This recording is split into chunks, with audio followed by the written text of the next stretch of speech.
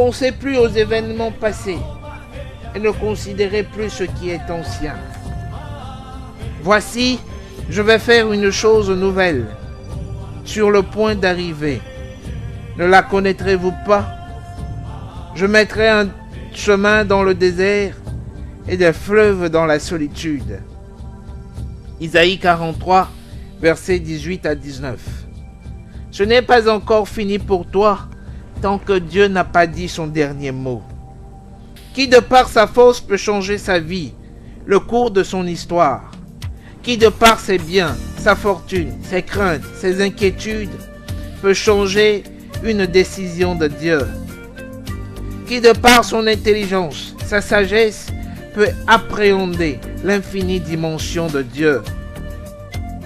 Alors, ce n'est donc pas une fatalité, les différentes situations et problèmes qui vous adviennent. Chaque problème, situation qui adviennent dans votre vie ont été déjà marqués par un temps. Ils débuteront et ils passeront. Beaucoup de chrétiens s'accrochent tellement à leur montagne de problèmes et se nourrissent des apitoiements de leur alentour qui leur font croire que Dieu est injuste. Ils murmurent contre Dieu et rendent Dieu fautif, ou plus encore, trouvent des coupables qui sont innocents dans le lot de leur grande famille. Remarquez, le trajet de l'Égypte à Canaan était seulement de 4 jours.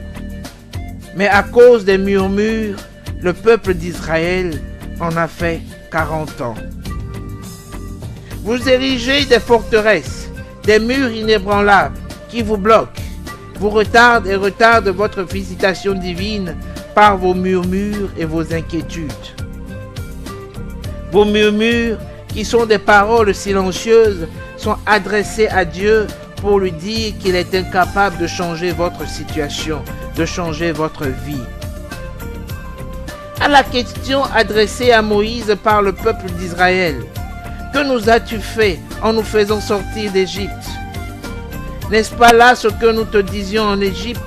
Laisse-nous servir les Égyptiens, car nous aimions mieux servir les Égyptiens que de mourir au désert. » Exode 14, 11 à 14. Devant la mer, le peuple d'Israël était confus. Ils n'étaient plus tournés vers le Dieu qui les a sauvés. L'inquiétude a gagné leur cœur. Ainsi, vous aussi, vous vous posez ce genre de questions face aux situations possibles que vous jugez impossibles à cause de votre angle de vue, sans pour autant savoir que rien n'est impossible à Dieu. Voici, je vais faire une chose nouvelle. Pourquoi ces cris? Parle aux enfants d'Israël et qu'ils avancent. Retorqua l'Éternel à Moïse. Alors, dites-moi, pourquoi ces cris, ces peurs, ces murmures, ces tumultes, ces doutes, ces procrastinations, ces pensées malveillantes s'élèvent-ils dans votre cœur? Le Seigneur, l'Éternel des armées, a dit: avance, marche vers ton but, marche vers ton accomplissement. Car tes problèmes et tes situations que tu juges désastreuses aujourd'hui, tu ne les verras plus jamais. Le temps de leur disparition dans ta vie est marqué et a sonné. Car ce temps, c'est maintenant. Ce n'est plus le moment de pleurer à Dieu, de se tourner vers lui et de s'apitoyer sur votre sort. Mais c'est le moment de vous tourner vers cette montagne de problèmes et de le commander avec foi, de disparaître dans votre vie, maintenant au nom puissant de Jésus-Christ de Nazareth. N'oubliez jamais ceci.